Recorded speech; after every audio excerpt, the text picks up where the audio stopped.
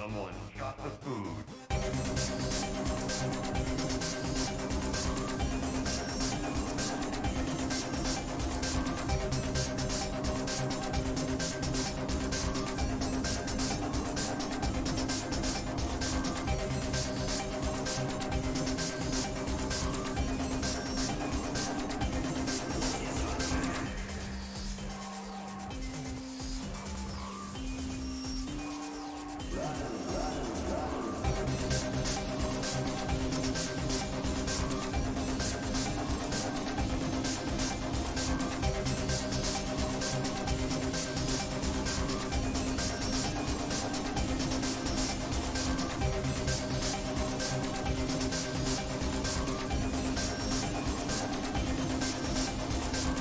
Life force flooding out.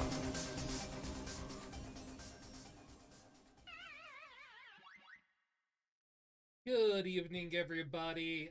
Apologies if I am sounding a little bit weird. Not only can I not find my webcam right now, but also my Yeti isn't picking up. So you get to hear me through my delightful laptop microphone. Anyway, that's fine because a lot is going to be really weird about this episode. We're going to start off with some more normal stories from Mr. Video Games, uh, and then we're getting into a weird one. Giant Pie, thanks for all the bits. Hope you're doing okay there, buddy.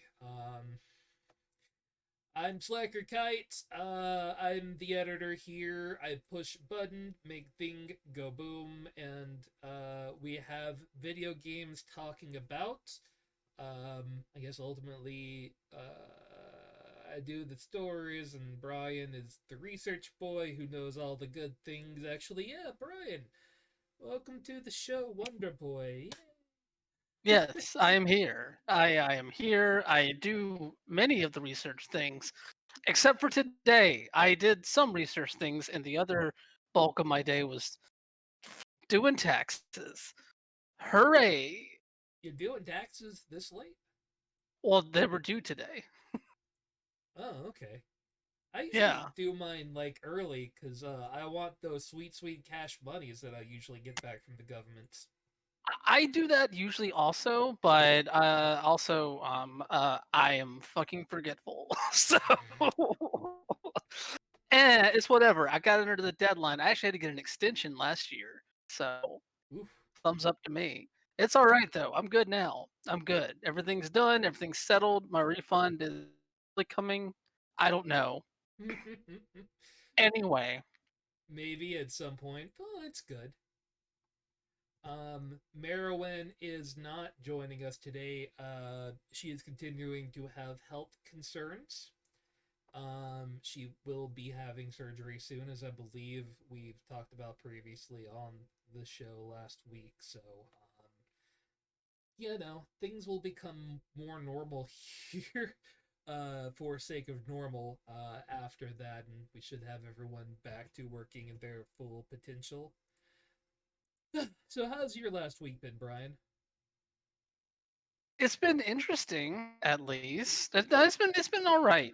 Just a lot of kind of catching up on some stuff, working on some stuff, planning some stuff out.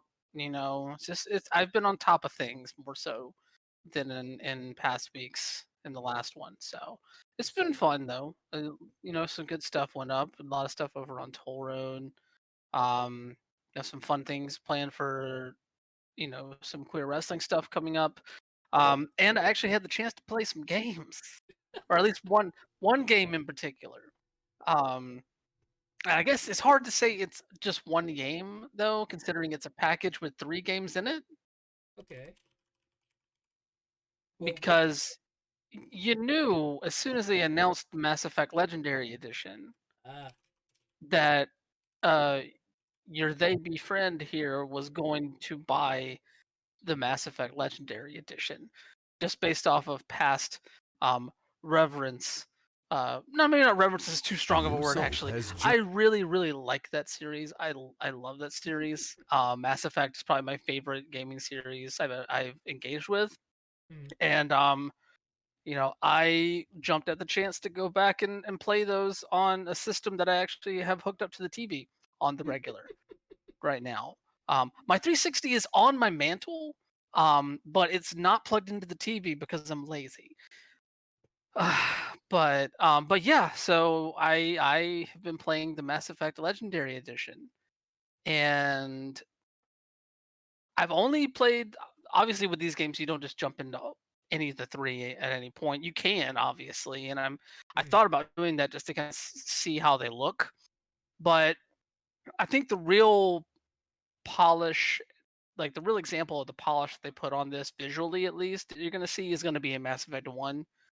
And what better way than to just start off at the beginning of the franchise in that way? So Yeah. I've been playing Mass Effect 1 a lot over the past few days. And I have to say, like, they definitely put in some work. Yeah, They definitely put in some work. I'm not a big Mass Effect fan, but I certainly remember watching Hollis play the original Mass Effect, and it was very brown, and the textures were just lumps, at least to my eyes. Yeah. Well, I mean, like, the textures weren't necessarily that bad, but like the backgrounds, the lighting and stuff was definitely more like harsh and one dimensional in the Mm, original game. Like they completely redesigned the in Prime location here in the very beginning of the game, and it looks stunning. It's a great first impression in that way. Um, a lot of the interiors though do still carry that sort of flatness to them, mm, um, that the original game had, but that's just the thing that is gonna happen with a game from what 15 was it 15 years ago at this point? yeah, it might have been It's a been a little long bit time. longer, even. Yeah, Like, it's been not a while. a huge amount longer, but still. No, but it's an old game, Yeah. um, comparatively. But they've done a lot of graphical work. They've done a lot of work, probably the most work on the combat for Mass Effect 1. Mm, It feels a lot more like what you get in Mass Effect 2 and 3. Not fully there. They kept the heat sink on the guns instead of having like thermal clips, like ammo clips on it. gotcha. But they removed like specification for what weapons you could use based on class, or the disadvantages that were given to certain weapons based on what class you picked. So you're free to use whatever weapon you want without fear of disadvantages. They've really worked out how, one of the original things when developing this game with BioWare, since they had never really made a shooter, was to figure out how to make a RPG shooter. Mm, And that kind of equated to just like, hey, there are dice rolls in the shooting. yeah. And that's not fun. That's not how shooting works. Um, so they went back and retooled some of that stuff as well, so it feels like you have much more control over things. They've reworked somehow some of the guns work to be better. But there are still some things that show the age of this game. Most notably the hacking mini games that are in there, as well as like I said, the interiors, um, for some of the places on the Citadel, look basically the same, like kind of like flat surfaces that they did before, although they do get a nice up res. And then they've done a lot of changing with lighting. Um, one of the things about the original game was that some of the mood was enhanced by the harsh lighting, but also the lighting kind of left a lot of things in the dark also, and kind of like, I don't know, just didn't really um feel like at times it felt like it added to the mood of what you're seeing, and then at other times it was very distracting in Mm. that way. Um, this game, everything is bright as fuck. I'm They noticing brightened that. they brightened everything. Like there's a comparison video that GameSpot put out that you should check out to see just how the disparity of the brightness on some scenes is. Like there's one scene in particular where they brightened it so much that you can see just the flat backdrop of a cutscene Mm, that they had in there that you didn't see in the first game. And like it's not necessarily a bad thing all around, but it does remove some of the character of some moments here and there. But I don't know. I've been enjoying it so far. Um, if you're on PS4, you have to install all 3 games at once. If you're on Xbox, you can install them piecemeal. 1, 2, or 3. And then I'm not sure how it is on PC either, but it's a big file if you are downloading all 3 at once. On PS4, where I have it, it's like 80 gigs, so it's a big chunk. But I really enjoyed this series. I'm enjoying being able to go back to it. See, just look at this. Like I know that I'm like seeing that the Reaper for the first time, and like that's like an awesome moment. Mm. That is really enhanced by the graphical upgrades that they added to it. But yeah, I have been enjoying it a lot so far. I mean, definitely you can throw some color on that opinion, considering that I absolutely adore the Mass Effect trilogy, at least the original Mass Effect trilogy, and Andromeda was okay to but yeah, no, I've really enjoyed being able to jump back into these places and kind of get a feel for the Mass Effect story again after having not played it. I haven't played any of these games in probably 3, 4 years at this point, which is a long time because I've played through the trilogy a number of times. So Tracks. Definitely tracks for you. When you find the thing you like, you definitely cling to it. 3,000 hours in Fire Pro, baby. Hell yeah. I'm yeah, it's dumb. Anyway, but no, like I enjoy it a lot, and I'll keep reporting in as I keep playing through these games. I honestly thought about streaming some of this just to, but I don't know. We'll see. Whoa. We just had a thing up. There we go. So myself, I finally finished playing through Resident Evil 8. I'm going to set up a section of the game here that had or gameplay here that has no real bearing on the plot itself, though it does give away one of the the scenes. But anyway, um, I do see what people meant now when they did like the ending, because like 2/3 of the way through the game takes a major tonal shift. And I could see people disagreeing with how the ending plays out. But yeah, Giant Pie's correct there. Like, I loved that ending. Other than there's a few plot holes that I feel like it leaves behind. It was a really interesting ending, and for a series that is not known for its interesting endings, and as well, it feels like it's setting up for a trilogy, right? Having a 7, 8, and 9 being like an interlocking trilogy overall, which is definitely new for Resident Evil. I mean, yeah, the games always tie into each other in some ways, but you never really needed to play one before. But uh, 8 is mildly enhanced by playing 7, but with the groundwork that they've put out, I don't see any way but one way for Resident Evil 9 to go. And if that's the fact, I don't know how you play Resident Evil 9 without playing 7 and 8, but I look forward to seeing it either way. Is that an Umbrella logo? There is an Umbrella logo, but I'll just say not a lot of Umbrella in the game. There are Okay, references to it. it's just one of those things where like I thought we were done with Umbrella, but it's Resident Evil. You're never done with Umbrella. All right, cool. I'll Yeah, take. Look, if I had to choose between Umbrella coming back in some form and Wesker coming back, Umbrella coming back. you okay there? It broke up for a second. Oh, can you hear me Yeah, now? yeah. Oh yeah, I was saying like if I had the choice between having Umbrella come back in some form or Wesker coming back in some form, I'll take Umbrella. Yeah, it's not in the way you might think. I don't want to speak too much and give out spoilers. Speaking of which, let Yeah. me just fast forward this scene a little, because You're if just I don't, dodging through shit. Yeah, if I don't want to give out spoilers, let's not give out spoilers. But the end of the game, there's a lot more gunplay, and the gunplay really fucking ramps up, Mm. and then it goes existential, Huh. and it's kind of cool in that way. I So can, is that why it's so divisive? yeah, Or sorry, go ahead. it is definitely not a Hollywood ending like you normally get at the end of Resident Evils. There's no clearly good outcome to come out of the end of the game. I'll say that much without really going into it.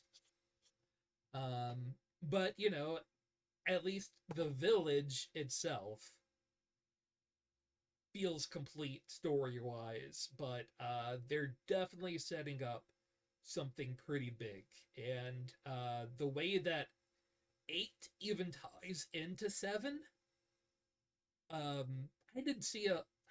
It's rare that I don't see a lot of things coming, and I was so interested in it. I'm kind of doing a new game plus easy mode speed run just to redo a few sections. Also, get the one fucking statue that I didn't get, the one collectible. I have to go back through the whole thing to get it again.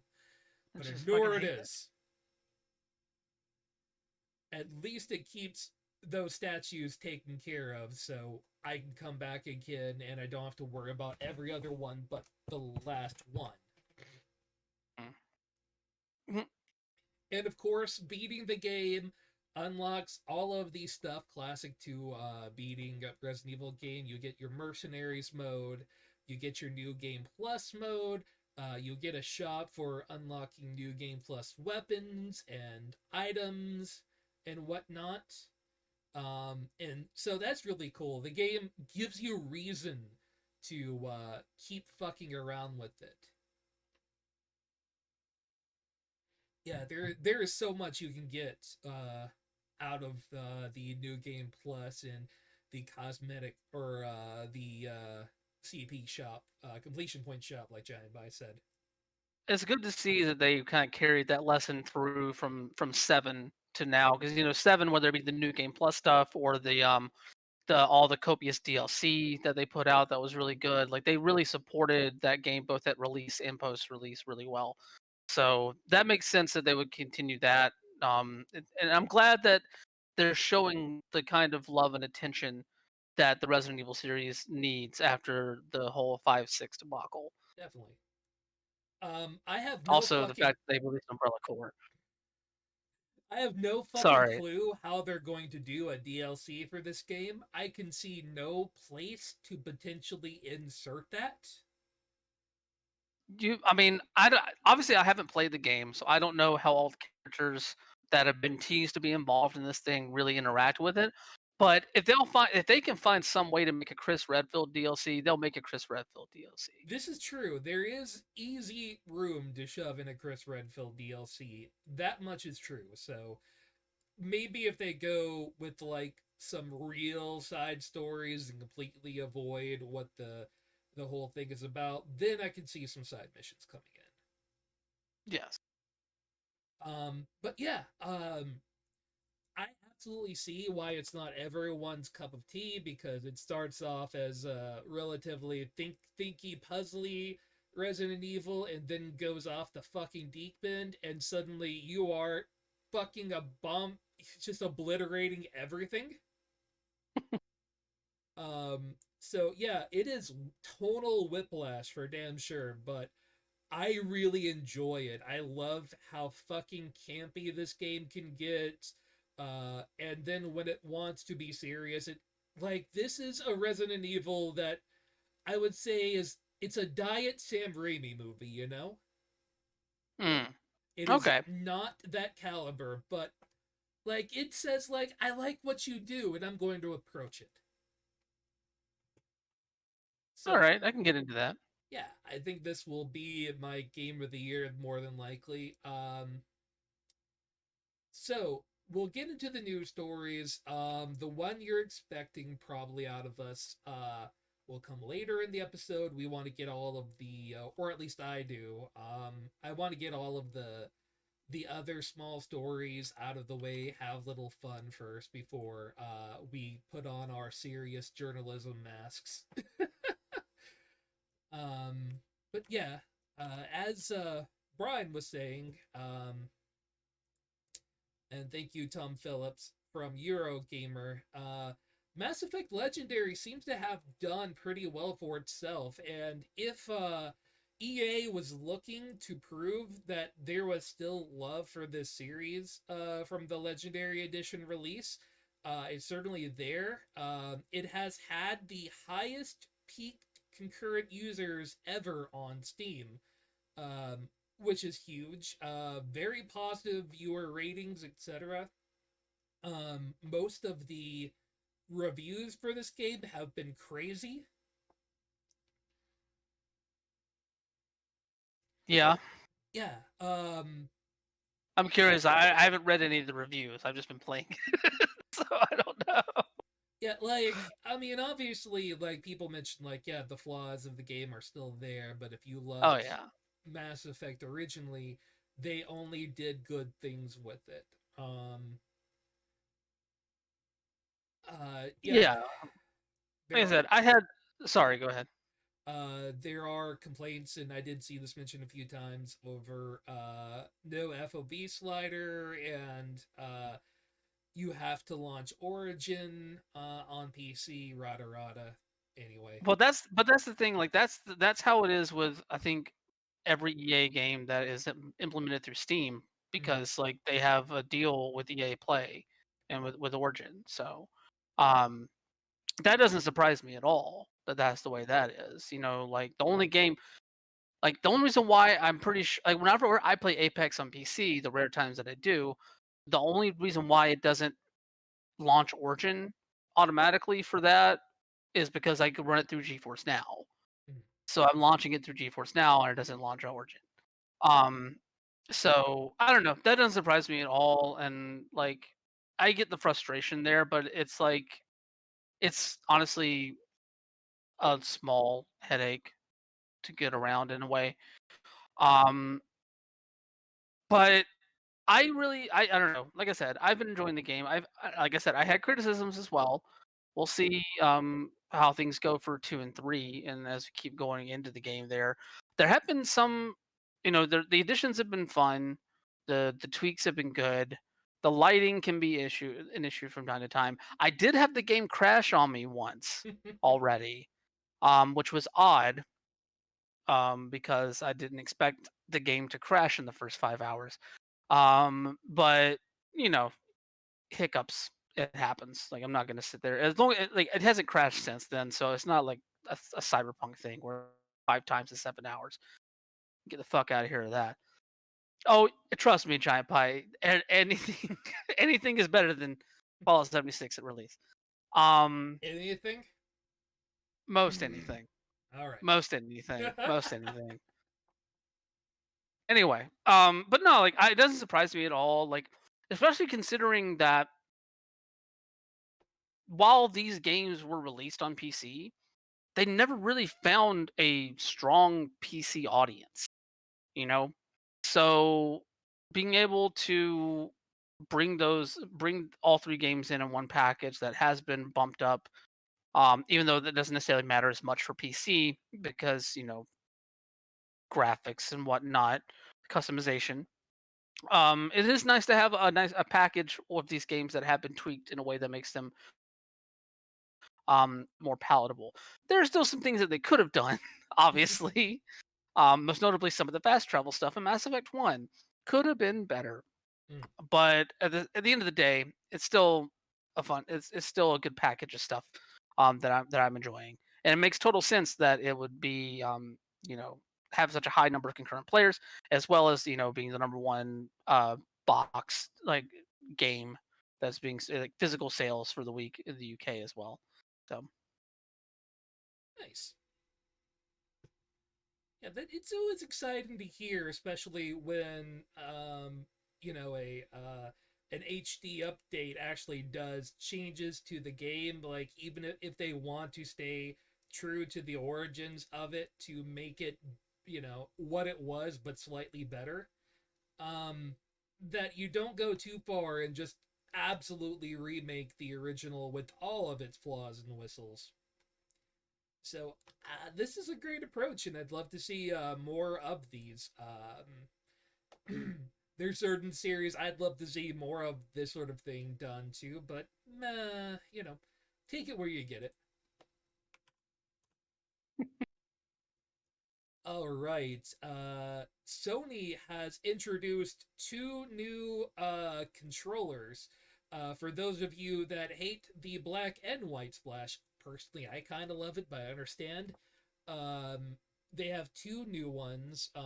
One with the all black Sony design here, and one that is sort of a magenta red on black. Both of them are goddamn beautiful, to be honest. We'll go through the quick little commercial for it here, thanks to Sony. You know what? It's a fucking commercial. I'm gonna put on the sound a little bit.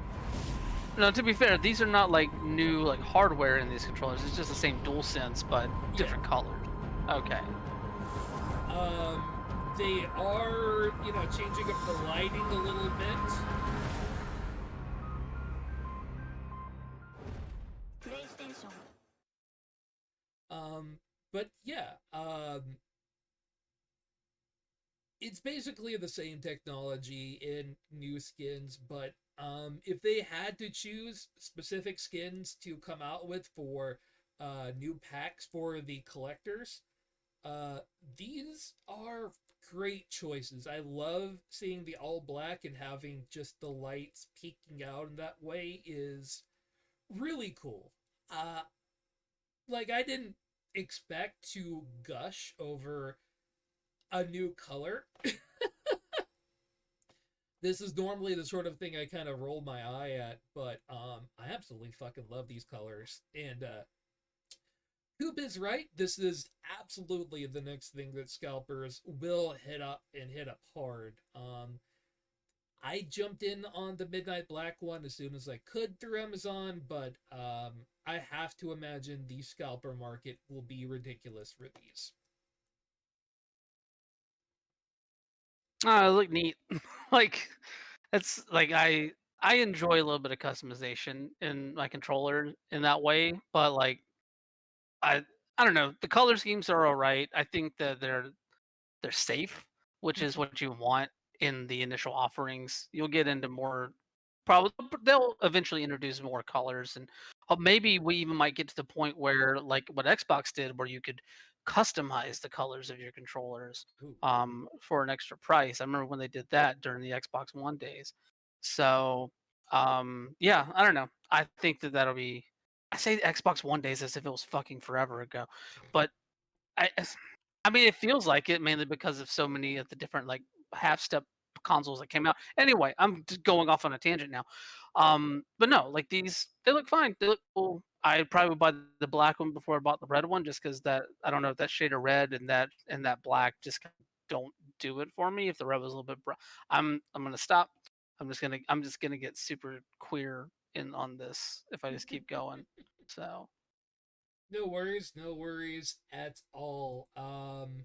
make one that's purple and white. Now I don't know if there's an Cowards. exact release date. I didn't quite see that. Let me see here. No, there's nothing on my pre-order that really gives away a specific date for this. The I think kind of what I like the most is that the buttons are a little bit more prominent. That was kind of my biggest complaint, honestly, with the black and white one. That with the white background, I couldn't quite make out what button I was fucking pressing. If the thing's like, "Hey, hit the square button," sometimes it takes me a minute to remember where the fuck the square button is, despite having played PlayStation games for the last 20 years. Yep. So And also, just a clarification on the date, it says next month, but the exact dates will vary based on location and retailer. Gotcha. Yeah. All right. So, yeah. The next story, just kind of a little cute thing. Nintendo has, or yeah, there's a wholesome direct promise that is going to be coming out. A Nintendo style event, I should say. Um, that is going to be going off. Most of the big, you know, double A indie creators are going to be uh, pitching in for this, and it looks like it's going to be primarily a fun event. Something as like a indie showcase for all of the smaller things that when we talk about the bigger festivals tend to get kind of pushed under the wire. So seeing this is pretty cool. Yeah, like I'm always down for major publishers and console makers promoting smaller voices within the gaming world, game dev world rather. And the last time that Wholesome Games did one of these, like I think this is yeah, the last time that Wholesome Games did a Wholesome Direct, like it was met with huge fanfare. Mm. Um, and I think that was around the same time that they're scheduling this one last year. I want to say it was sometime near the beginning or like a few months into the pandemic, whenever that hit. So I don't know. I really enjoy like seeing the different ideas of what games can be and the different stories you can tell in them. Obviously, I'm the itch.io person on the show in that way. So yeah, I'm excited to see what all is there, and I'm sure like the article from Nicole here says, like um I'm sure a number of these titles, as soon as they're announced, are going to be released the same day in the middle of Absolutely. the show. So I'm just curious to see all the different creative voices that'll be showcased here, and it's gonna be fun. Show me new things that I might be bite sized that I can consume and will make me feel things. Just give me that little drop of serotonin when I have the little bit of feelings manifest inside me. Just that little drop and perfectly happy. Yeah, we'll probably try to. I doubt we'll be able to actually cover the shows themselves, but we'll definitely be covering these for sure after they're done on the podcast because this looks neat as hell, and I'd like to, you know, highlight any neat things that are seen out there. Oh, for sure, for sure.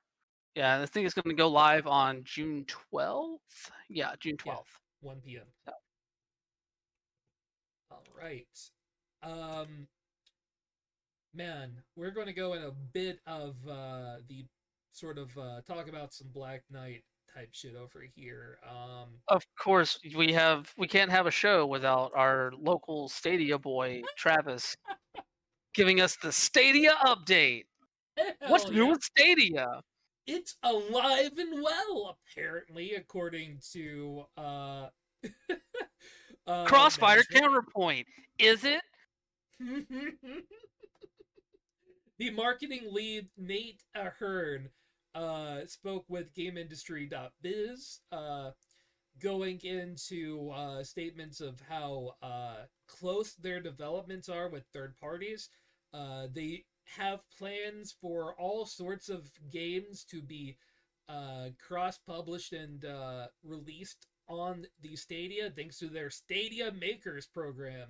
Capcom, EA, Square Enix, Ubisoft, and others are participating according to this. So, You know what signifies to me that a thing is alive and well the most? mm, Whenever someone who's in an executive role at the set at whatever said thing tells me that it's alive and well yeah, in a reassuring way, very publicly. and promises you that its partners are still very much active. The partners that publish on everything they could fucking publish on and get their hands on. Look, here's the thing, like Stadia Stadia very much is alive. Mm, It's you can still go to the storefront. You mm, can still buy games there. You can still play stuff. mm, If that's the definition of alive, yes, it is. But we know they're not doing internal development anymore. mm, Um, we know that they're not really getting exclusives for that mm, platform at the moment. And let's be real, the free offerings that they have right now when compared to something like Xbox games with Gold or the PS Plus or even the stuff that Epic gives you, um, aren't don't really feel comparable in the same way, especially considering that you can only play those things on Stadia, which is a place that I don't want to play games on. mm. Yeah, I mean, considering that Epic gives away better games without a paid subscription than That Stadia gives too. away, Yeah, that too. I'm not going to say that, the library that I had on Stadia wasn't great. There were a lot of great games on that library. But, like, usually there are games everyone has. So, yeah, this is just your continued state of the Stadia, where we're watching this thing slowly, slowly die away. And that's the thing is like you can definitely survive for a while based off of just having other publishers' games on your service, and the tech that Stadia has promised, like the actual like tech of it, the cloud-based streaming of stuff. It seems to work fairly well. It didn't work well for me personally, but I know that you've said that it worked well for you. I've heard other people say it is. That might just be a me thing. I can take that out of account and to say like Stadia's streaming service in that fashion works. The problem is that um, the accessibility for it has become so convoluted, and the promises that were made in the initial announce of the Stadia have never really come to fruition when it comes to even something as simple as being able to use it on more than one Chromecast type, whereas you can still only use it on the Chromecast Ultra. Mm, You know, like that's the sort of thing that boggles my mind is that like, why are you not working, especially as you're putting out new products just within the Chromecast family of product? Why are you not working to have implementation um, through those products as well? Why are you having to use phones to send Bluetooth signals to different things to make my PS4 controller work with your stupid system on my TV?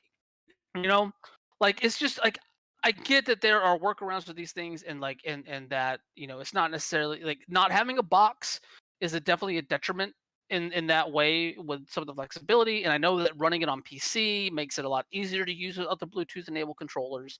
And it's really only a problem if you're trying to do it on your TV. But I think whenever you hear the name Google, you expect solutions that are streamlined and that are at least to people that don't know the history of the Google graveyard, you expect expect developments and processes that are more streamlined and easier to access and less complicated. You mm. know, obviously, you and me and Lens, like we've all dealt with different products from Google, and exactly the people in the know. That's the reason why we scoffed. Thank you, Diablo. Thank you, Graves, for that. Like, yes, we all scoffed, but like most people, whenever you hear Google, you think, "Oh, they know how to figure this out," Yeah, and clearly, they have not. They have not figured that out. despite the massive amount of money. And God, I know, okay, and that we have beaten this dead horse, but it's so fun to beat every time we come back to it again. So the thing is, like, I really, really like the promise of what this can do, Mm, and I just wish that it was in the hands of someone other than Google, because you know, if you had given this to another company that had more experience in the gaming sector, like you could have easily had a productive internal development team that would have had the resources needed to build stuff on this platform. That could have built stuff that takes advantage of what this platform exclusively can deliver. mm, You know, So like I don't know. It's just one of those things where another instance of Google having the hubris to say we can do that too, and then realizing we It's we hard. might Oh it's no. hard. We might not be able to do this. Jade Raymond, go find your third studio in 5 years. So Good lord. I yeah. I will say one positive thing for Stadia. I haven't heard many people really talking about the Xbox lot, the Xbox Cloud experience much since it launched. hmm At least people are somewhat talking about Stadia, even if in a deriding, mocking way that it deserves. Well, I think the main reason why you haven't heard many people talk about cloud, X Cloud rather, Mm, is because at launch it wasn't available to use on PCs. It was only available through like Android devices. mm, Now, like we reported on a couple of weeks ago, they are planning. I can't remember if they have already started or are planning to start beta tests for running xCloud on PC.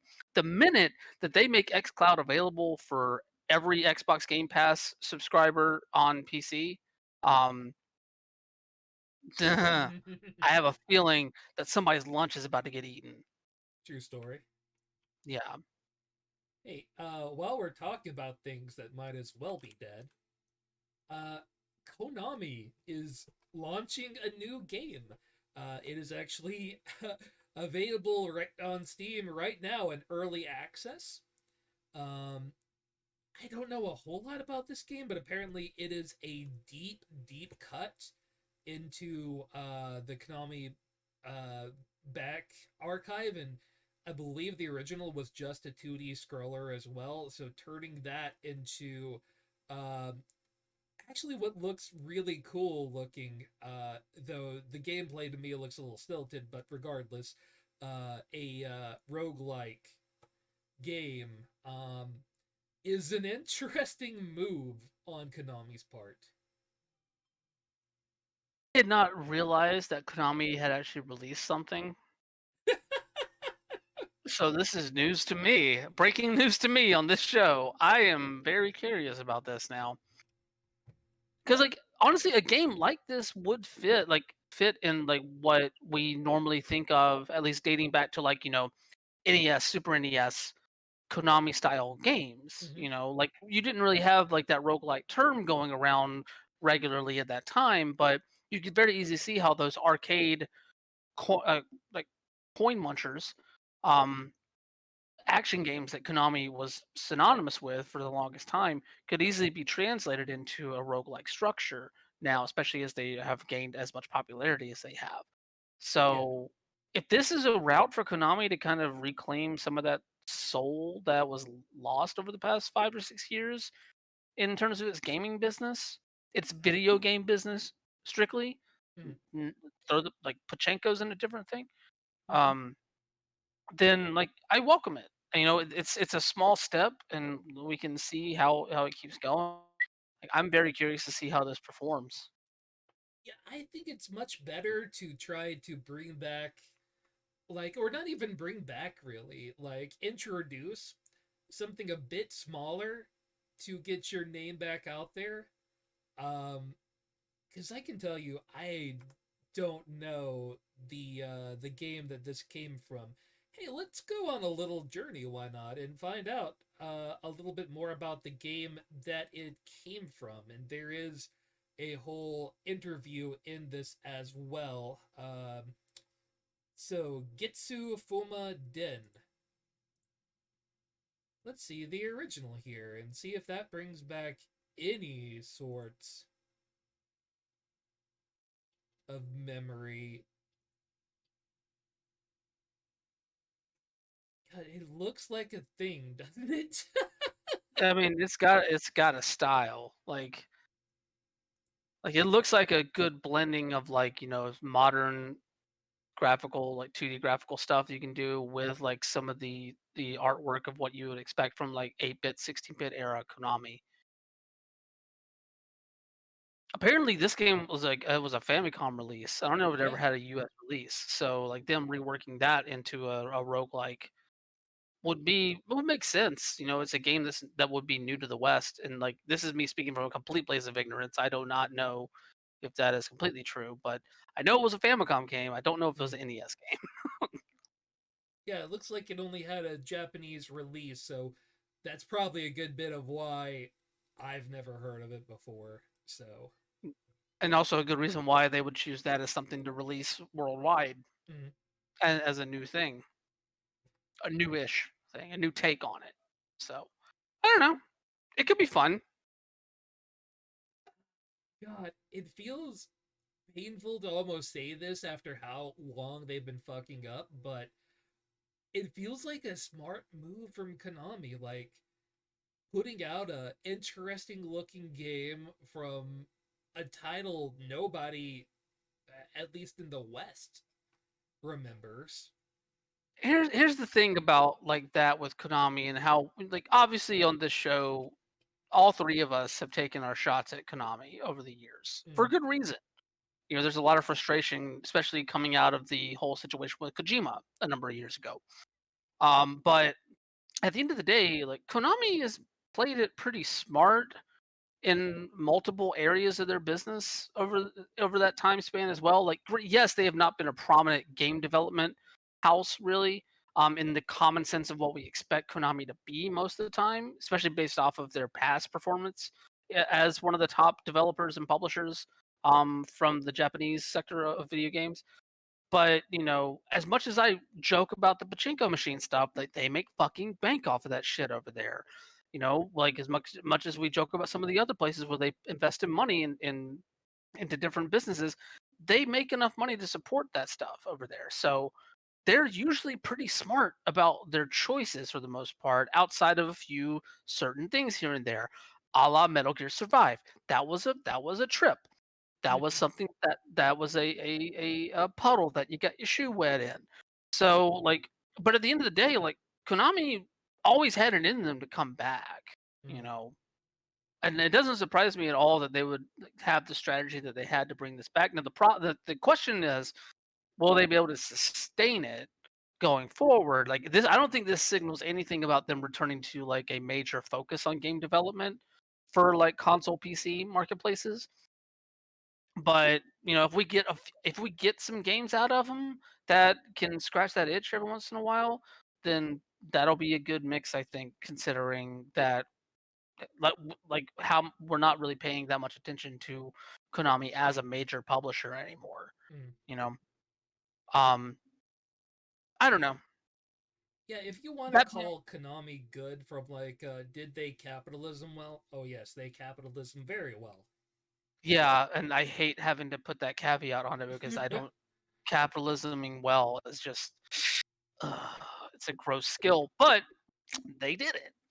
They did it. Um, and also that does not mean that I do not have critiques of them making so much money in industries like pachinko that are very much based on gambling and can be predatory. Um, so definitely criticisms there, but they've been smart with investments for the most part, and it doesn't surprise me that they would take this route.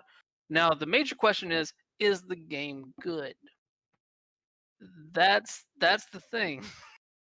I mean, it is early access. A lot of people seem to have at least said it's pretty good so far, but there's not a lot of flesh there yet. So, it's still fairly early in the early access pipeline to, I think, really give it a full, hey, this is great or not. But so far, from what I've seen, initial reviews have been like, yeah, it's good. You just gotta put actual meat on it. So, Hmm. I don't know. Pretty It's cool. got mostly positive reviews so far Yeah. on Steam, at least. So Lastly, we're apparently required by law to talk about the epic Apple Fortnite trial antitrust Candy Crush PC. I love all of those tags they have put in this. But the epic versus Apple trial. Um, boy, some fucking weird stuff comes out of it, and today is no different. Um, man, I feel like almost like I want to read the article. It's not terribly long, but it is mildly hilarious. Oh, is this about? Okay, yeah, I remember this happening. Yeah, fuck it. Uh, I'm going to give it a try at least. Thank you, Elizabeth Lapato, for putting this out. Give me just a sec. All right. Get my mouth worked out if I'm going to have to do a whole lot of talking in a straight note. Sometimes I reflect on my life and wonder where I went wrong, such that I am sitting on a wooden pew in federal court watching a Google search for Candy Crush Saga on the display monitor. This is a huge trial with major stakes for tech companies. This came back from a search. Google, you're hilarious. It is also a crashing bore. On the stand is Lauren Hitt, Professor of Operations, Information, and Decisions at the University of Pennsylvania Wharton, looking uncomfortable behind his face shield. During his direct examination in the ongoing Epic versus Apple trial, Hitt testified that he didn't think having to access an app like Candy Crush through a browser instead of the app counted as friction for the user, and that it certainly was less friction than real-world alternatives, such as leaving a convenience store and then crossing the street to go to another convenience store. The point of Hitt's earlier testimony was not right now. Phone, why you gotta? Yeah, where was the point of Hit's earlier testimony was that game developers multi-home games to PC and mobile. He's Apple's expert witness, and he's here to convince the judge that being blocked from the App Store isn't a huge barrier to developers. Epic, though, whose game Fortnite is in fact blocked from the store, has taken Apple to court to show otherwise, and the picture Hitt painted on his direct explanation was largely dismissive of Epic's concern. Epic's attorney, Yonenta Even, also in a face shield, is now doing his best to blow a hole in Hitt's testimony. I am doing my best to follow a confusing spreadsheet that includes games that Hitt has promised are on both PC and mobile phones. Even begins by pointing out some of these games are not in fact available for PC. One game, Word Story, is listed as available on PC on the document, but does not say this on the developer's website. In the Microsoft Store, a Word Story with the same art exists, but it's not the same developer. So this is not the same developer and not the same game, is it even says. It's what it's called, a fake game. We go through the tiresome process for several games. Helix Game, Crowd City, BitLife, Happy Glass, Paper.io 2, and Mr. Bullet. I have never heard of any of these small potato games, which makes them sort of a weird point of comparison for the most popular game in the world. The app developer pages suggest they are not available on PC, despite Hitt's document to the contrary. Things are getting contentious, and Hitt is beginning to have a hangdog, Rick Moranis and Honey I Shrunk the Kids vibe. Did Hitt double check the data to make sure it was the same developer across stores? Can he tell the court under oath that a certain app is from the same developer? Can you give the sworn testimony that you have seen with your own eyes that this game is also available for PC, Evan asks. Hitt cannot guarantee all the games listed in the unintelligible spreadsheet are from the same developer across all platforms. It turns out, Hitt says his team of researchers did the analysis and he trusts his team. Hitt said earlier that he identified 8 games that let people buy things on the iOS web browser and then use them in iOS apps. These are identified in the spreadsheet. Epic has complained that the process isn't good enough and certainly isn't ubiquitous. Now, even raises the frictionless process that Hit had blithely testified to earlier in the day. Candy Crush is the example Even chooses. We go to the website and press install, where we are promptly sent to the App Store. We tap back to the website. The only possible way to play on the web is on desktop. The Facebook option for Candy Crush 2 is only on desktop. That's part of the frictionless process you have envisioned, Even says, somewhat sarcastically. We try another game, Clash Royale, developed by Supercell. We go to Supercell's FAQ, where it emerges that payment processes are only through Apple's App Store or Google Play. Supercell is itself doesn't keep payment options, and yet you believe that your team managed to go into a website and buy legitimate Clash Royale money and go back to the app. That's your testimony. He twists the knife. The typical user of Clash Royale doesn't have a research team, Even observes. I am terrified we are going to go through all 8 apps, but thankfully Even spares us this exhaustion. According to Even, there are 3 apps that support buying something on the web.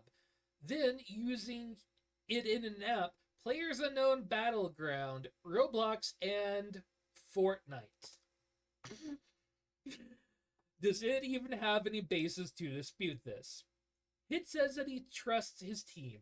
I am feeling very bad for the team, which has largely been thrown under the bus by Hit here. On redirect, Apple's Cynthia Richmond tries to stop the bleeding. Sometimes developers license game to other developers, which might explain some of the cases where the developer doesn't match. Hit also tells us that Even's rather brutal examples aren't typical. Hit has personally paid V-Bucks on a mobile browser, he tells us proudly. It looks pretty difficult given the examples he provided, said Judge Yvonne Gonzalez Rogers. What's the explanation for why we couldn't do those things during the cross-examination? Well, Hit says, there were others links on the spreadsheet. That may be well true, but Even's point stands. Most of us do not have research teams. I wish I did. I could send them to my trial in my stead and blame them for the work was subpar. Instead, I am personally sitting through excruciating expert testimony. Why am I focusing on this specifically? It's the most interesting thing that happened all day. I love everything about this article. Fucking well done, Elizabeth Lopato. This entire trial has been some of the most ludicrous shit to watch.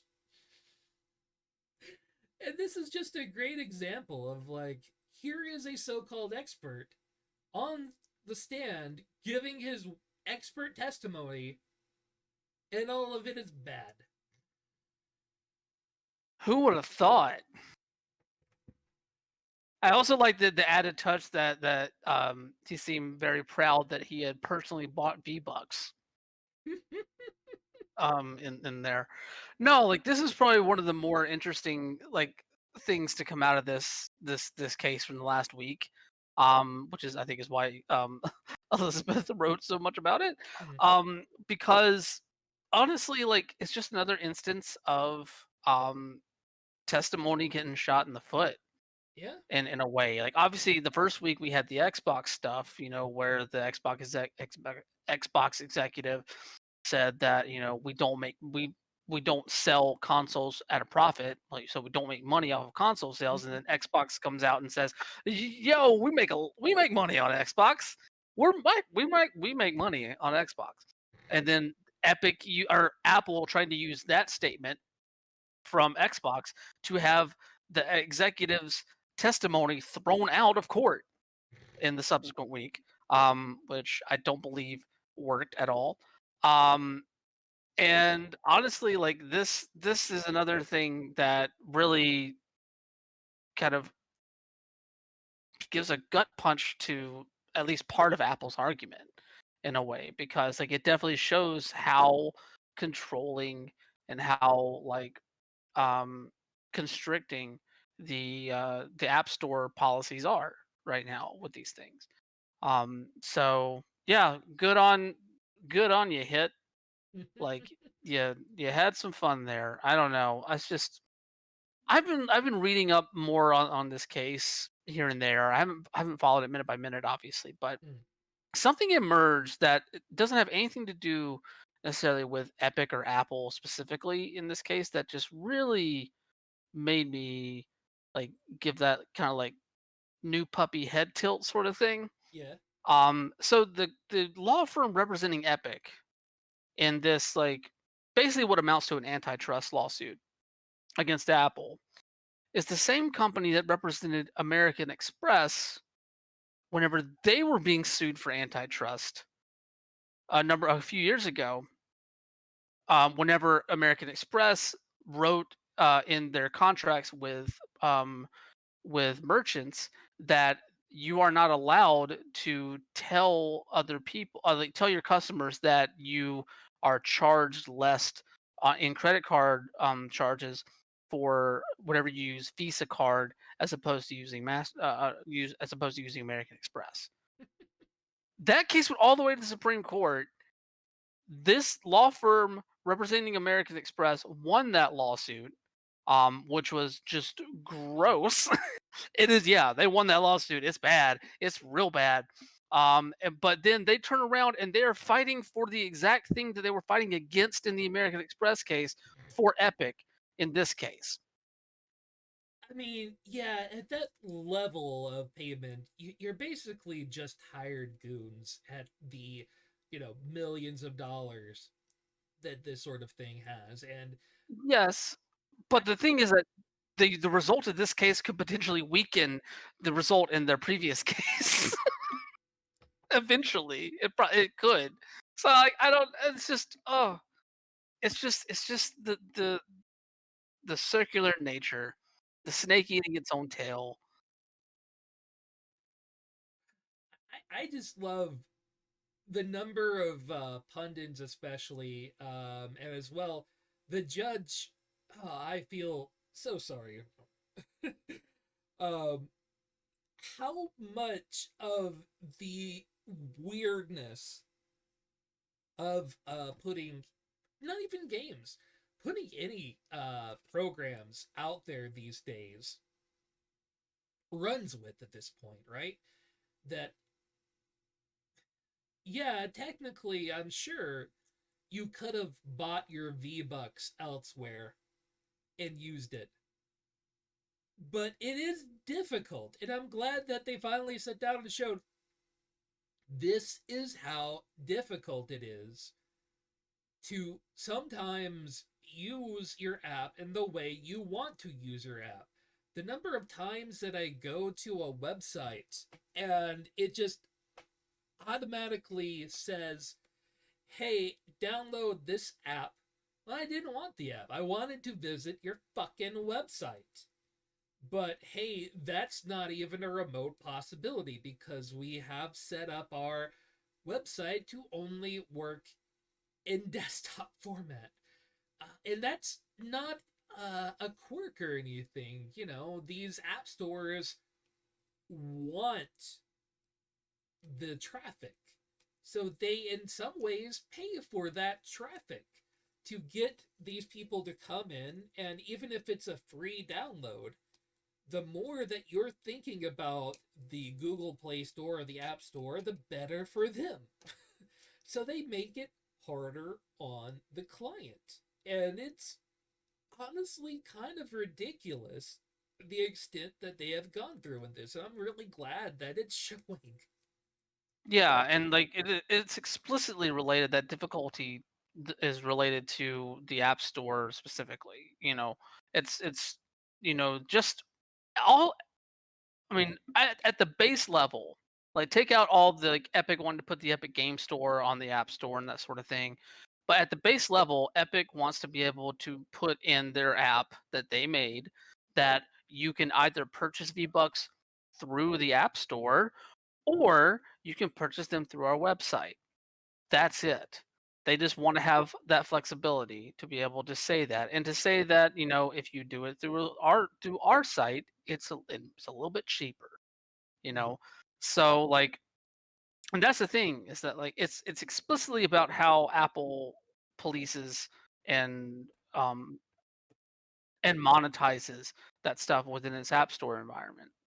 So yeah, like I don't know, like a lot, like for him to say, for anybody to say that it is a streamlined process to be able to like go into an app on the Apple Store and purchase currency for a game that at a place that's not on the Apple App Store, that is a very, very small percentage of stuff. And I love that one of the three games that even points out there is Roblox, which according to the Apple executive's testimony from last week, um, isn't even technically a game according to them. According to that definition.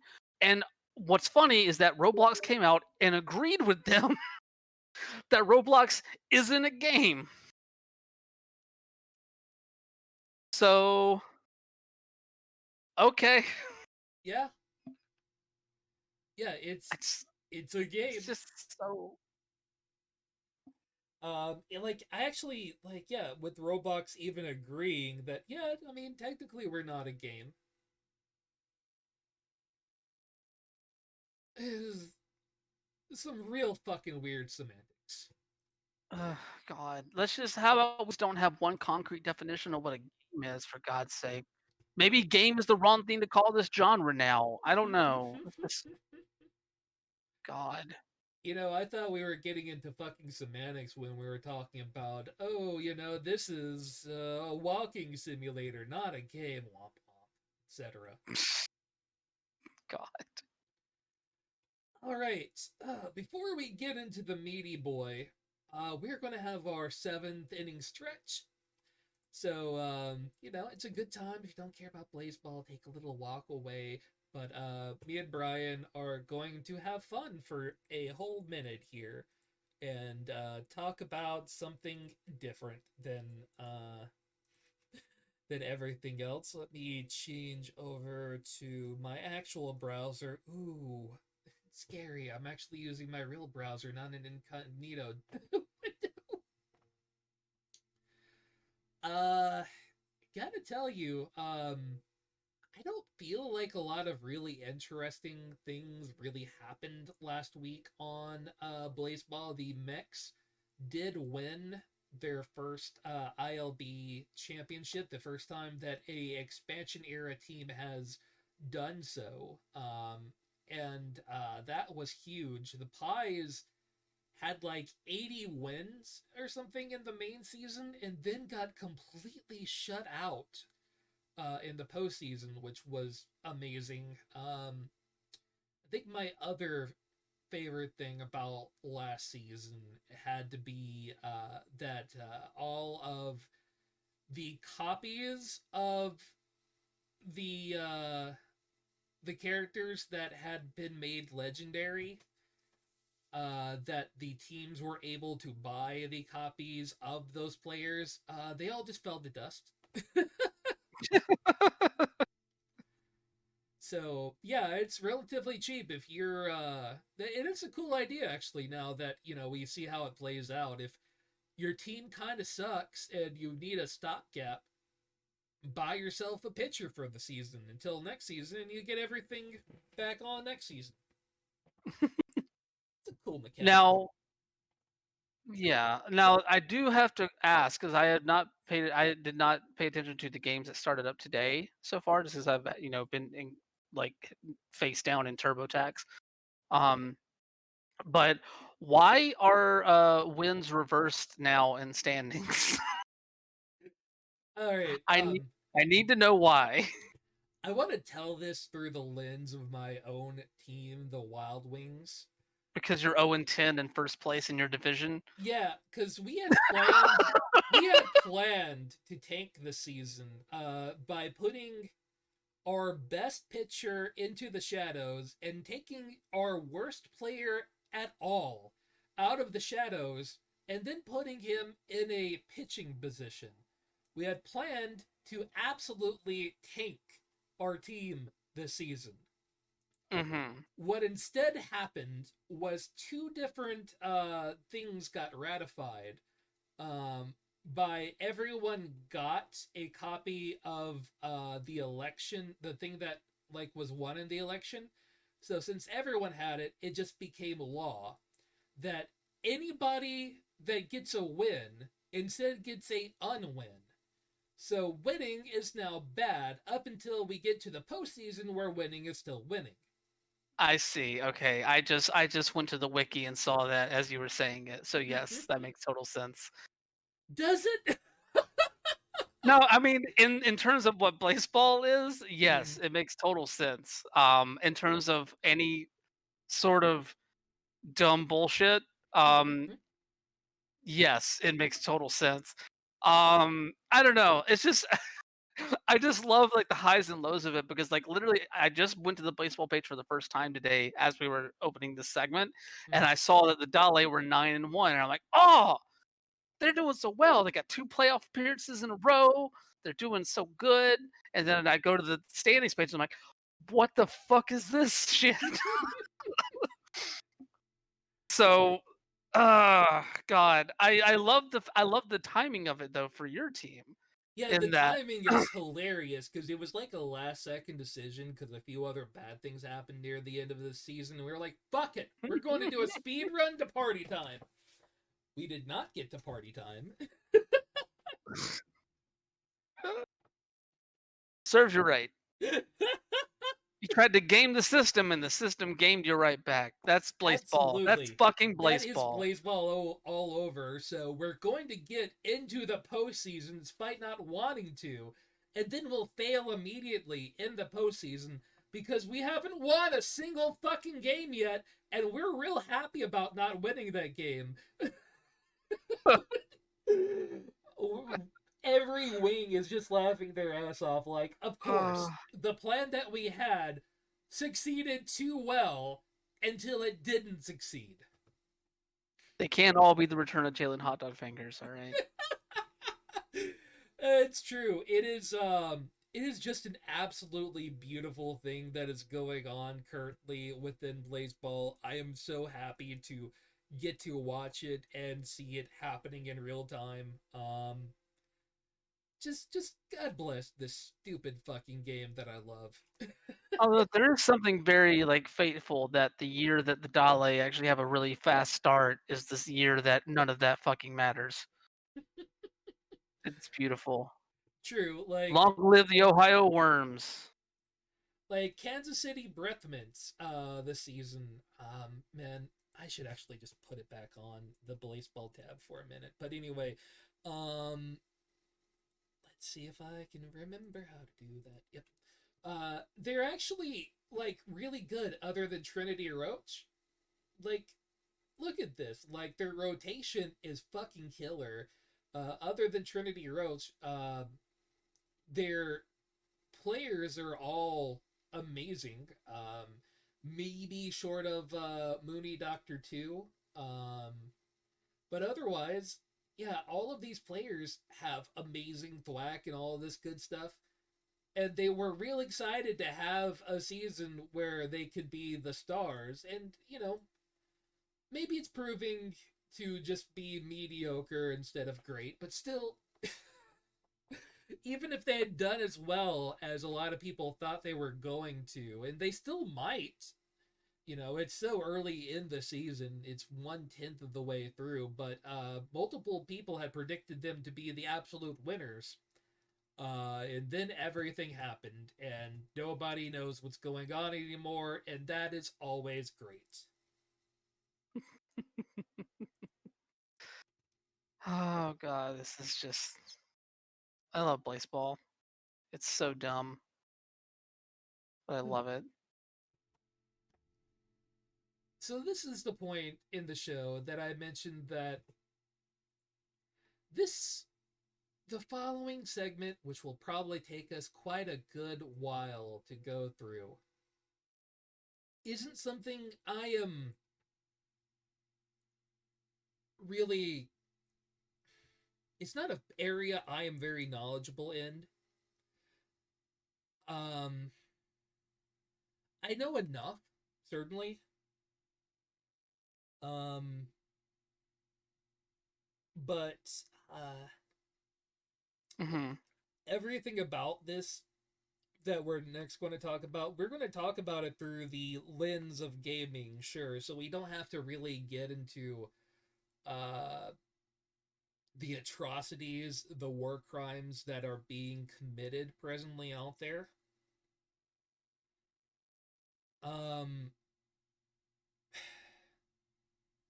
but I can't imagine or understand a single fucking reason that anybody should be against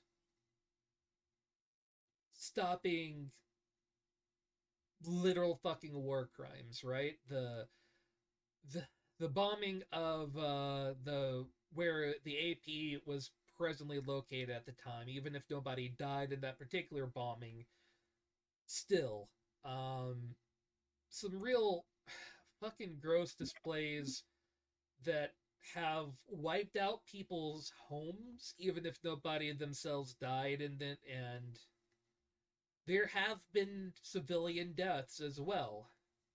Copious, Yeah. copious. I can just rip the band-aid off of this if you want me to. Yeah, go for it. Go ahead. Okay, yeah. So obviously, the news of the past few weeks has been very very prominent about the Israel continued Israeli occupation in East Jerusalem, which was Palestinian land but was annexed by Israel, and in a military operation a number of years ago that was never recognized by any other country other than Israel. Of course, during since that time span, they have been working to displace Palestinians who have lived in those in homes in East Jerusalem for generations to make way for Israeli settlers in what can only be described, and this is my words, I'm not necessarily speaking for the show overall, but my words. It kind of trends into ethnic cleansing in a way. Um, and that has happened yet again. We had more Palestinian families that have been displaced by Israeli troops um, in that area, and that led to a number of bombings. Number of civilians have died. Um, there have been. I would not suggest anybody go find pictures of this stuff, but there have been pictures that have surfaced of like just children dead in bombings where the Israeli army has bombed parts of Gaza and the West Bank. Coming off of some of the stuff, there have been reports of Israel inserting ground troops into those areas as well, which is a severe escalation of things. And of course, Palestinian forces, most notably from Hamas, have responded with rocket attacks as well. So like it's just been a really bad situation there, and a lot of international bodies outside of the UN have been slow to comment on these sort of things. I know our U.S. government has been very very quiet for the most part, outside of a few select statements from Joe Biden and Joe Biden's press secretary. But obviously, all this amounted to Israel really forming the narrative around a lot of this stuff. And whenever you have Israel forming the narrative, it is always what Israel wants you to believe, especially considering that, Netanyahu is still the prime minister there and he is a horribly corrupt, power hungry, um, almost Trumpian type of person, except he's way smarter than Trump ever could imagine to be. Mm. All that being said, sets up for what happened over the weekend and why this relates to a gaming discussion in a way because obviously a number of people within the gaming world, especially notable Palestinian voices, Arab voices, um, like Rami Ishmael, have been very very vocal about highlighting the issues that are happening right now in Gaza and East Jerusalem, and has pushed a number of people within the gaming world, whether it be media or development or anything like or business or anything like that, to use their voice and to continue like spreading the word about the charities that you can donate to, how you can be involved to help the Palestinian community that's suffering over there. And that all amounted to IGN and Game Informer on I believe it was Saturday when these pieces went up. Mm, Both IGN and Game Informer on Saturday posted articles on their website that basically, highlighted the struggle of the Palestinian people in the middle of this armed conflict over there and the atrocities that have been thrust upon them by the Israeli military forces, and listed a number of resources where people could donate money or learn more about the situation over there. And IGN went so far as to put the Palestinian flag next to their logo in the same way that they did for Black Lives Matter last summer, or they do with the Pride flag during Pride Month. Different little things that they do there to highlight social causes as well as certain holidays. Um, and that was celebrated. Those articles got shared in copious amount of times, and it raised a lot of awareness and for those causes and those movements, raised a lot of money, from what I understand, for those funds. And then all of a sudden, both articles disappear on Sunday. Oh, actually, let me backtrack before we get to the articles disappearing, because before they disappeared, IGN Israel responded to the the mm, I guess the regular IGN.com website story, basically saying that they were upset that they singled out the Palestinian people and that Israelis were suffering too, and that they did. Then they basically went on a tirade about that publicly on Twitter from on IGN Israel letterhead, talking about this stuff without really mentioning the Palestinian people's plight at all, which goes more to show how the framing of the narrative is in these instances. Yeah, it's up there for everyone to read. So that happened, and there was a lot of frustrations pointed at IGN Israel way, so much so that a number of people were commenting, and I know both on Twitter and on our own Discord, about how this was basically the quickest way to get your brand licensing deal revoked, mm, um, or at least have something like that happen. And that is the furthest thing to worry about in this instance, where innocent civilians are losing their lives on a daily basis at this point. But yes, there was definitely contention there. Sunday came around, and both of the IGN and the Game Informer article were pulled down. They both go to 404s now. And, immediately when that happened, I think some people jumped to the idea that the editors did something, but anybody that knows this industry, and a number of people that don't know this industry, immediately were like, this wasn't editorial. mm. This is clearly corporate. And that was very quickly kind of not necessarily it was very quickly confirmed, because you had a number of people at IGN and Game Informer expressing frustration publicly, expressing anger publicly, and disappointment with the corporate involvement in not just silencing the editorial voice of a website, which is something that is a fucking no.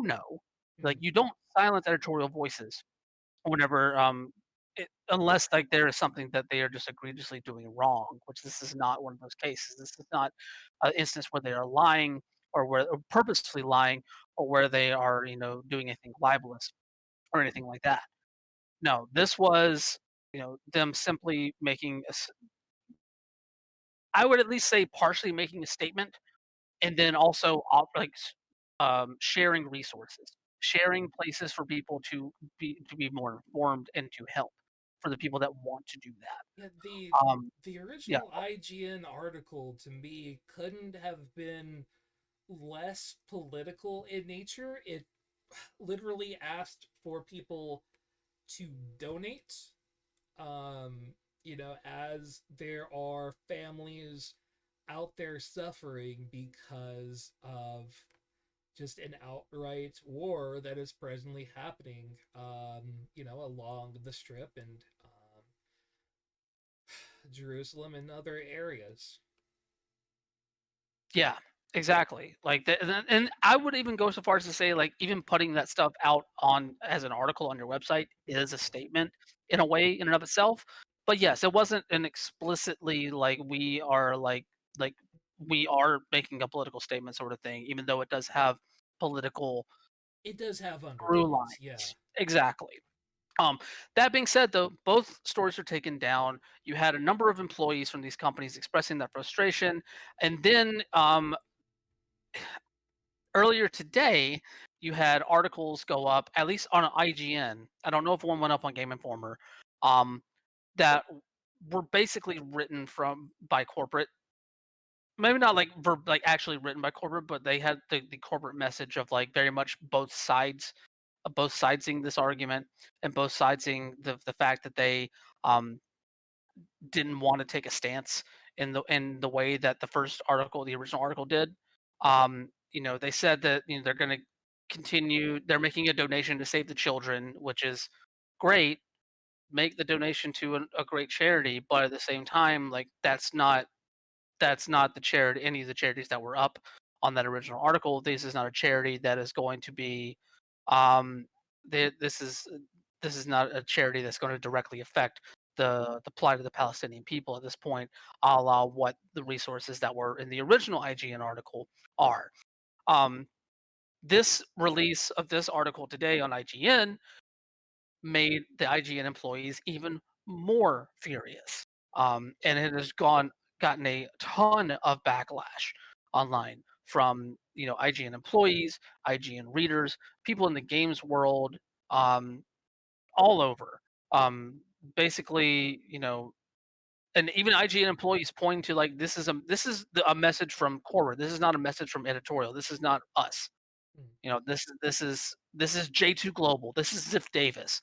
In Game Informer's case, it's GameStop Mm. that are pulling these things down and putting out these very wishy-washy talk out of both sides of our mouth, so we don't anger anybody and don't actually have to take a stance on anything or call out the atrocities that are happening over there right now.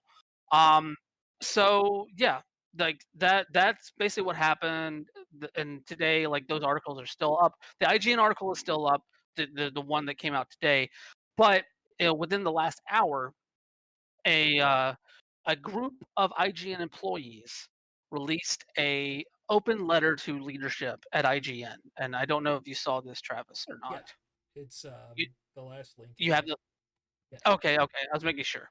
Okay, yeah. So this went up um, roughly about an hour or two ago, where they're basically IGN employees expressed much all the frustrations that they did before. They are also requesting an all hands meeting with IGN's executives, or with J2 Global and Ziff Davis executives to discuss like everything that went on around this and why the message of the pro Palestine message of IGN's piece um, did not seem so controversial compared to like whenever they did stuff for AAPI Heritage Month or for Black Lives Matter, Mm. or articles that talked about the rise of anti-Asian hate crimes, you know that sort of thing. So basically, they're saying that we want to all. This is directly from the letter. We, the undersigned, are calling for an all hands meeting that includes IGN upper management and anyone at J2 Global or Ziff Davis who had a hand in the decision by the end of the week, in which we would like full transparency about the reasoning and process behind the post removal. We ask that the management body responsible for the decision accept that responsibility publicly. We ask that management recognize IGN's editorial authority and autonomy with regards to what it publishes, regardless of whether that work is news, reviews, features, guides, video content, or promotion of initiatives our staff feels are important, such as issue awareness or charitable support. While we want to make sure all voices on our team, IGN management included, feel able to weigh in on what we say as a site and how we say it, we are adamant that corporate leadership does not get the final word in editorial decisions. Um, they're also asking for the piece to be republished. And where was it there? Then, of course, there are a number of people that I would not be surprised if they um, have you know contemplated leaving IGN or leaving Game Informer over some of this stuff. I haven't seen any conversations like that. I haven't. That's Probably not much speculation in on my public. part. Yeah, exactly. That's all speculation, but I would not be surprised if that conversation is not turning over in their minds. So yeah, it's a shit situation. Yeah, I got to see Raimi Ismail earlier today on the Kind of Funny podcast, and Hmm. he brought up that the normalization that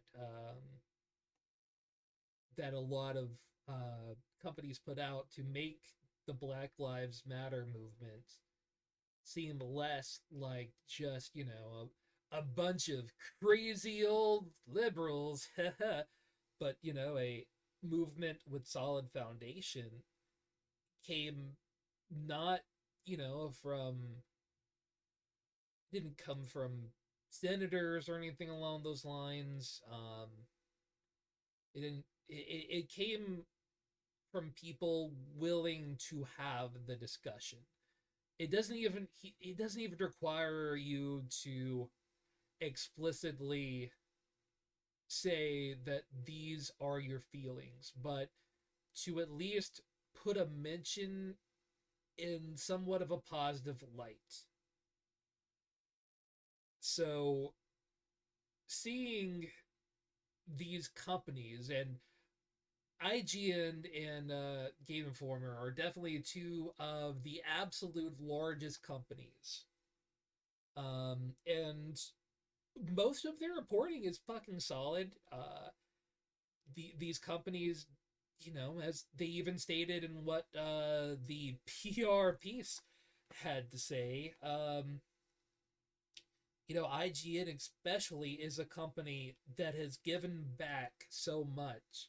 And that's why a lot of the people who currently work at IGN love working there because they can say the things that maybe not everything they want to say, but they can say enough to get a conversation rolling, right? It's not their jobs as video game people to make you believe one way or another, but to give you at least that amount of information to bring you in and make you understand what some people are feeling and to at least ask you to support these people's lives that they'll have at some point some kind of house that they'll be able to return to when the war ends. Those that had to bury their fathers, their mothers, their children, etc., get some amount of financial support that they can make it despite the war that is going on around them. And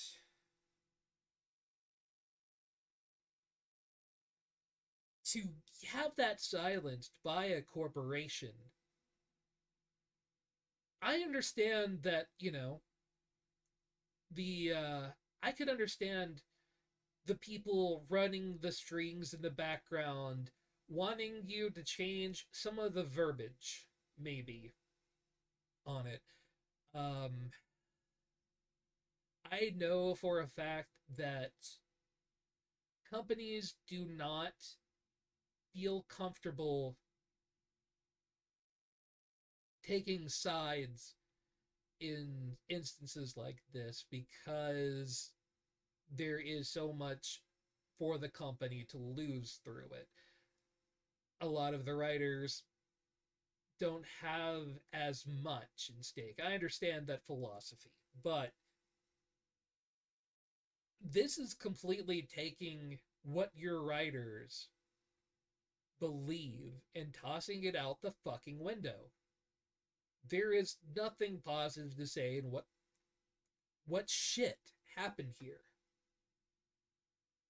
It's not only the fact that they threw like the the writer's opinions like out the window in this way, or that they removed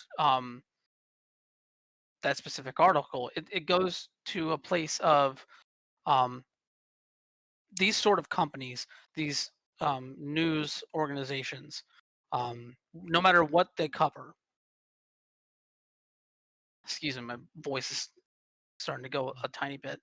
Um, no matter what they cover, editorial operates with an autonomy away from the corporate mindset, the corporate outlook in a way.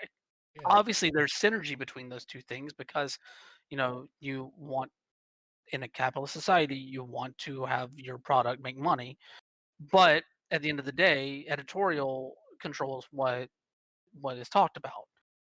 And the minute that you have those bleed throughs there, and you start to strip away parts of that autonomy from your editorial team, um, a lot of credibility gets thrown out of the way. A lot of faith from your employees gets thrown out as well. Which is the main reason why I think so many of them came together to sign this article, both before it was published and after it was published. Because there have been a number of people that have signed this after this letter was published, that are siding with their fellow IGN employees there.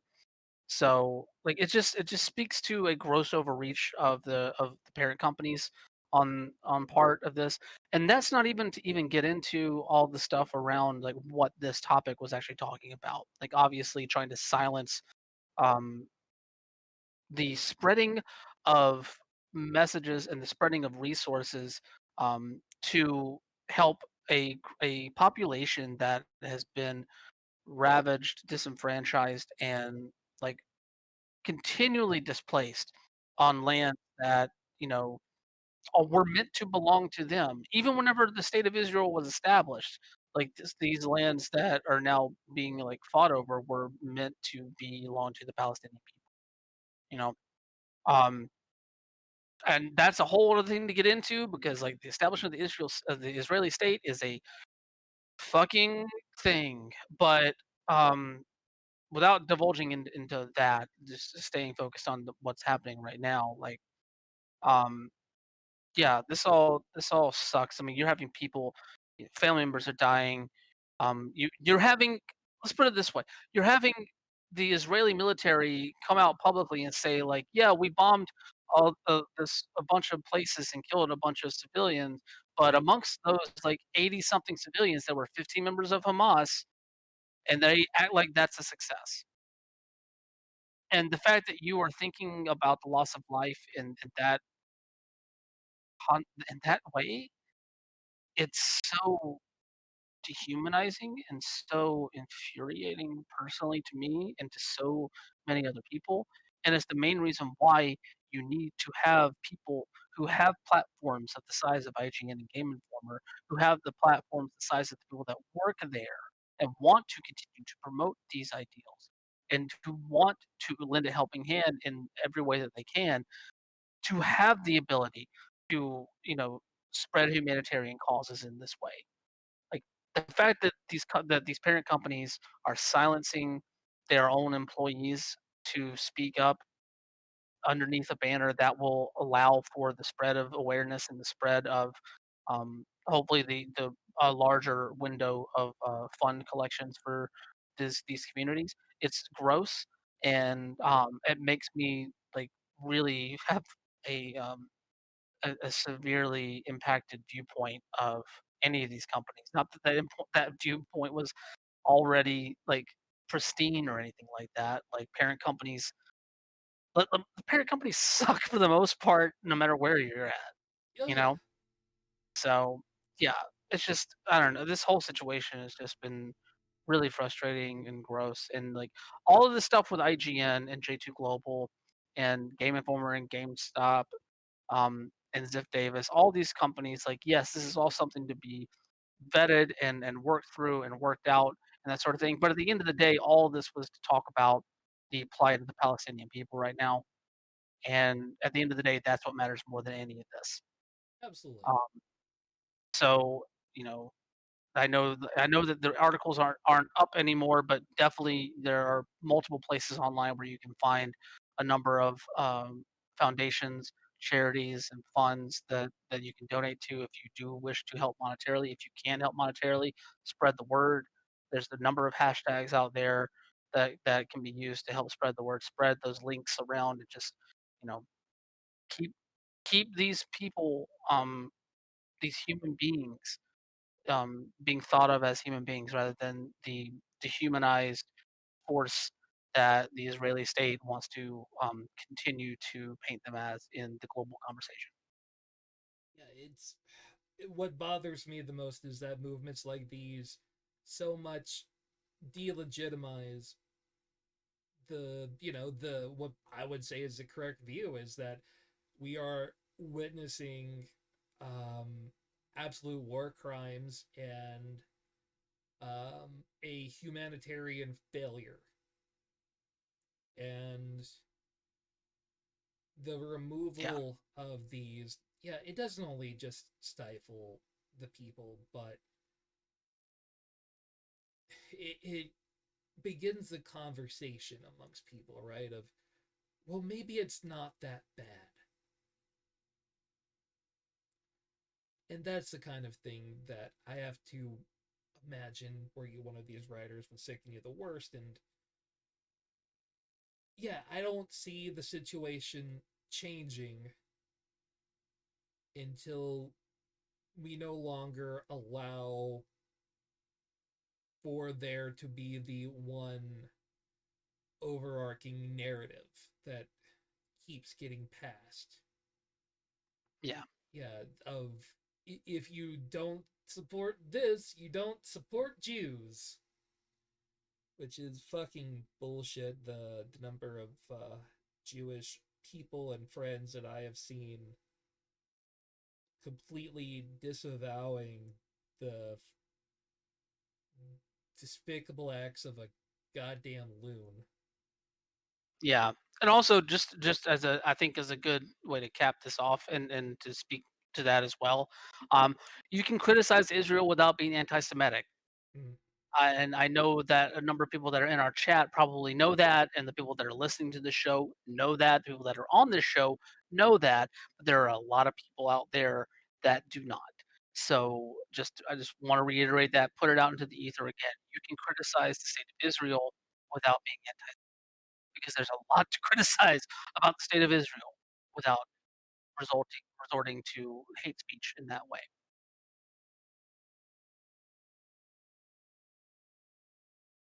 We're going to leave it there. There is no Mr. Video Game this week, but just a recommendation if you happen to have the money. I don't at the time right now, but if you do, a donation to the Palestinian Children's Relief Fund would go a long way to helping these children who didn't ask to grow up in the middle of war. And,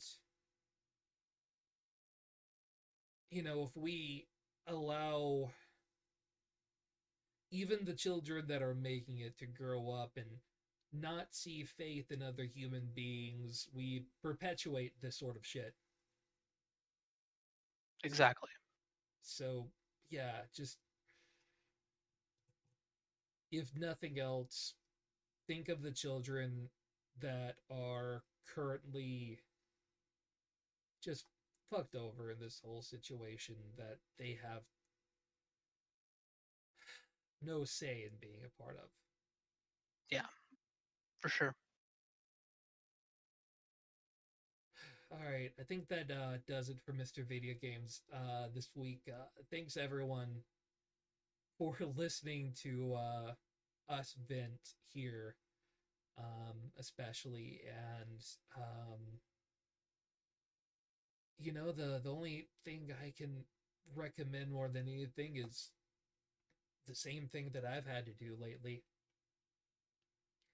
If you don't know, do a little reading. I've got a lot of work left to do. And I really want to thank Giant Pie for giving us some amount of resources as this has been going on. I can't imagine what it must feel like watching this happen, but